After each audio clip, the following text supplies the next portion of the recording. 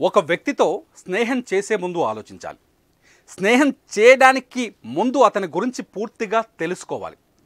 ఒక్కసారి అతనితో ఫ్రెండ్షిప్ మొదలైన తర్వాత ఇంకా ఆలోచించాల్సిన అవకాశమే నీకు లేదు. ఒకవేళ నువ్వు స్నేహం చేస్తున్న వ్యక్తి తప్పులు చేశాడనుకో, లేకపోతే అతనిలో నీకు తప్పులు కనిపిస్తున్నాయనుకో, వాటిని నీకు అవకాశం దొరికితే మార్చడానికి ట్రై చేయాలి. మార్చలేకపోతే మౌనంగా అన్నీ భరిస్తూ రావాలి. ఇదే స్నేహధర్మం. ఇప్పుడు నేను ఈ మాటలు ఎందుకు చెప్తున్నాను అంటే, ఆంధ్రప్రదేశ్లో టీడీపీ జనసేన మధ్య ఒక స్నేహం కుదిరింది. గజం కేవలం 26,000 రూపాయలతో 165 గజాల భూమి కేవలం 52 లక్షలు మాత్రమే. వచ్చే ఎన్నికల కోసమా, లేకపోతే ఆ ఎన్నికల తర్వాత కూడా ఆ స్నేహం కొనసాగుతుందా లేదా అనేది పక్కన పెడితే, ఇప్పటికి మాత్రం వాళ్ళిద్దరూ స్నేహితులు. ఎందుకంటే వచ్చే ఎన్నికల్లో జనసేన టీడీపీ కలిసి పోటీ చేయాలని నిర్ణయించారు, ప్రకటించారు. చంద్రబాబు నాయుడు జైల్లో ఉన్నప్పుడు, రాజమండ్రి సెంట్రల్ జైల్లో చంద్రబాబు నాయుడుతో భేటీ తర్వాత పవన్ కళ్యాణ్ చాలా ఎమోషనల్గా ఈ పొత్తు ప్రకటన చేశారు. ఆ రోజు మీడియా వాళ్ళు చాలా ప్రశ్నలు అడిగారు, సీఎం అభ్యర్థి ఎవరు అని చెప్పేసి. అది తర్వాత మాట్లాడతామని ఆ రోజుకి వాయిదా వేశారు. ఆ తర్వాత లోకేష్ అనేక సార్లు సీఎం చంద్రబాబు అని చెప్పేసి చెప్పుకుంటూ వస్తున్నారు. చంద్రబాబే ముఖ్యమంత్రి అయ్యే అవకాశాలు ఉన్నాయని చెప్తున్నారు. ఆంధ్రప్రదేశ్లో కూడా ఇటువంటి రాజకీయ విశ్లేషణలే ఉన్నాయి. కానీ ఇక్కడ ఒక స్నేహం దగ్గర చిన్న ఇష్యూ ఒకటి తెరపైకి వచ్చింది.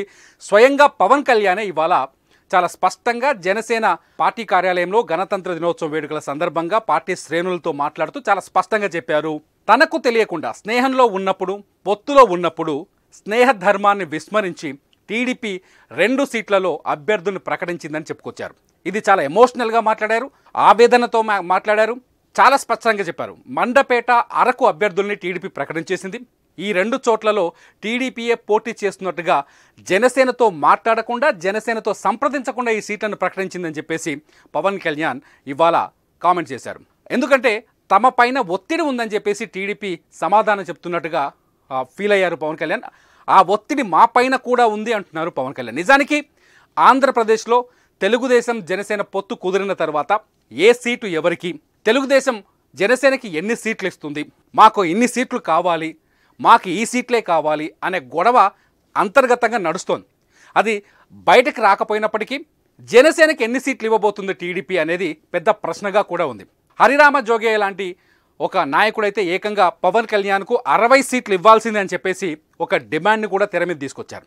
ఇవాళ పవన్ కళ్యాణ్ కూడా చాలా స్పష్టంగా చెప్పారు, 3వ వంతు సీట్లు మాకు కావాల్సిందే అని చెప్పేసి పవన్ కళ్యాణ్ చెప్పుకొచ్చారు. లేదంటే ఒంటరిగా పోటీ చేసేవాళ్ళం, కానీ అధికారంలోకి వస్తామో రామో తెలియదు, భవిష్యత్తు రాజకీయం అంతా కొంత ప్రమాదకరంగా మారుతుంది, లేకపోతే ఇబ్బందికరంగా మారుతుంది, కాబట్టి ఖచ్చితంగా తెలుగుదేశం పార్టీతో పొత్తుకెళ్దాం, ఎన్నికల తర్వాత కూడా తెలుగుదేశం పార్టీతో కలిసి పనిచేద్దాం, మనం స్నేహ ధర్మాన్ని పాటిద్దాం అనే ఆలోచనతో ఉన్నట్టుగా పవన్ కళ్యాణ్ తన ఎక్స్ప్రెషన్స్ చెప్పేశారు. కానీ తెలుగుదేశం పార్టీ మాత్రం పవన్ కళ్యాణ్తో కానీ జనసేనతో కానీ సంప్రదించకుండానే మండపేట, అరకు అభ్యర్థులు ప్రకటించింది. దీంతో అదే ఆవేశంలో, అదే ఆలోచనతో, ఆవేదనతో ఇవాళ పవన్ కళ్యాణ్ చాలా స్పష్టంగా రాజోలు, రాజనగరం నుంచి జనసేన పోటీ చేస్తుందని డిక్లేర్ చేసేశారు.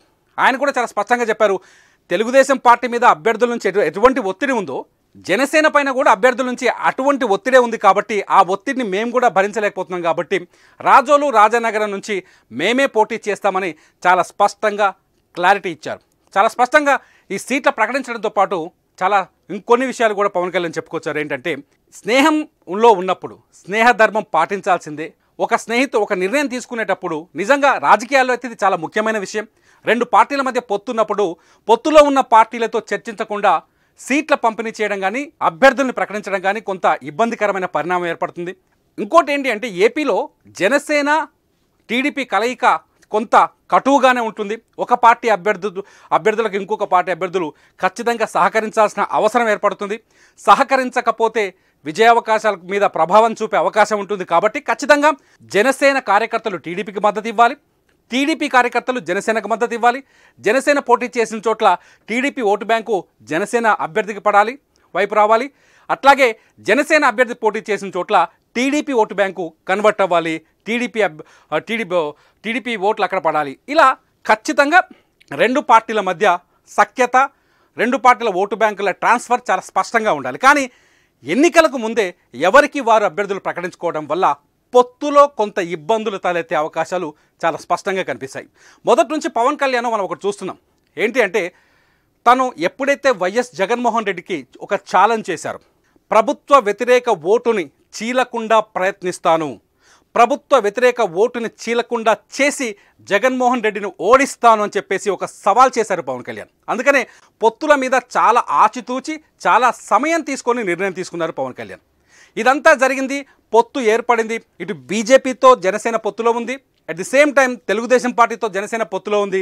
బీజేపీకి తెలుగుదేశం పార్టీకి పొత్తుందా లేదన్నది ఇప్పటికి లేకపోయినప్పటికీ కూడా ఆ రెండు పార్టీల మధ్య కూడా గ్యాప్ని సరిదిద్దే ప్రయత్నం చేస్తున్నట్టుగా ప్రయత్నిస్తున్నారు పవన్ కళ్యాణ్. ఇది అందరికీ అర్థమవుతుంది. అయితే పవన్ కళ్యాణ్ ఏదైతే చెప్తున్నారో, వ్యతిరేక ఓటును చీలనివ్వనని ఏదైతే చెప్పారో దానికోసం అనేక ప్రయత్నాలు చేస్తున్నారు. ప్రస్తుతానికి పవన్ కళ్యాణ్ సినిమాల్ని పక్కన పెట్టారు, సినిమాలన్నీ ఎలక్షన్స్ తర్వాతే అని చెప్తున్నారు. మొత్తం రాజకీయాలపైన దృష్టి సారించారు. పూర్తిగా ప్రభుత్వ వ్యతిరేక ఓటుని ఏకతాటిపైకి తీసుకురావడానికి ప్రయత్నిస్తారు. ఇందులో భాగంగానే కిర్లంపూడికి వెళ్ళారు.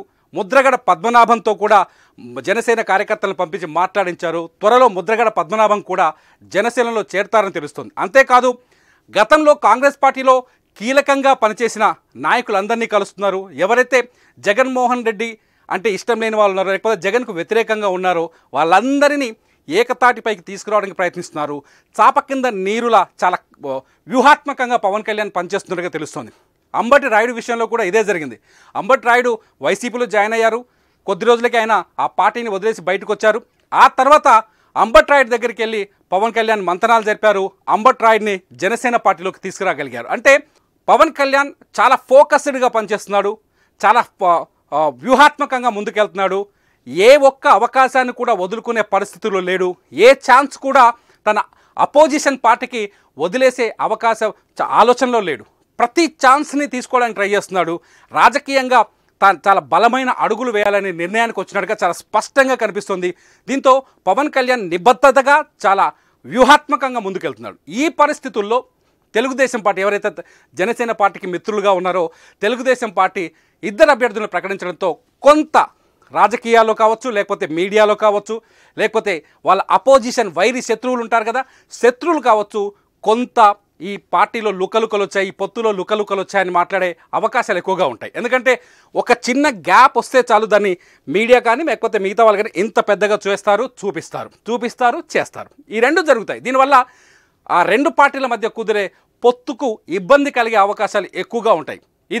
దీనివల్ల రేపు కలిసి ప్రభుత్వాల్లో ఒకవేళ అధికారంలోకి వస్తే కలిసి ప్రభుత్వంలో ముందుకు సాగాలి, ఒకరినొకరు సర్దుబాటు చేసుకోవాలి, ఓట్లను సర్దుబాటు చేసుకోవాలి. ఇవన్నింటికి ఎఫెక్ట్ అయ్యే అవకాశం ఉంటుంది. కాబట్టి పవన్ కళ్యాణ్ తాను స్నేహధర్మాన్ని పాటిస్తున్నాను, ఎక్కడా నేను మాట తూలట్లేదు అని చెప్తున్నారు. పవన్ కళ్యాణ్ అలాగే కనిపిస్తున్నారు ఇప్పుడు ప్రస్తుతానికి. సో వచ్చే ఎన్నికల్ని ఏప్రిల్ 16న ఎన్నికలు వచ్చే అవకాశాలు చాలా స్పష్టంగా ఉన్నాయి. వచ్చే ఎన్నికల్ని చాలా సీరియస్గా తీసుకున్న పవన్ కళ్యాణ్ చాలా సీరియస్గా ముందుకెళ్తున్నారు, వ్యూహాత్మకంగా ముందుకెళ్తున్నారు. గొంగలి పురుగును కూడా ముద్దు పెట్టుకుంటాను అని గతంలో కేసీఆర్ ఎలా చెప్పారు, అలాగే పవన్ కళ్యాణ్ ప్రవర్తన కూడా కనిపిస్తోంది. ప్రతి వ్యక్తి దగ్గరికి వెళ్ళి సానుకూలంగా ముందుకెళ్ళి వచ్చే ఎన్నికలపైన ఫోకస్ చేస్తారు. ఓటు బ్యాంకును ఒకటి చేసే ప్రయత్నం చేస్తున్నారు, అభ్యర్థుల్ని నాయకుల్ని ఏకం చేసే ప్రయత్నం చేస్తున్నారు. ఈ తరుణంలో ఇటువంటి చిన్న ఇష్యూ రావడం వల్ల జనసేన టీడీపీ పొత్తు మధ్య ఎంతవరకు ప్రభావం చూపిస్తుంది, ఏం జరగబోతుందనే క్వశ్చన్ మాత్రం వచ్చింది. దీనికి టీడీపీ ఎటువంటి సమాధానం చెప్పబోతుంది, పవన్ కళ్యాణ్ తిరిగి ఎలా రియాక్ట్ అవుతారన్నది ఇప్పుడు ఆసక్తికరంగా మారుతుంది.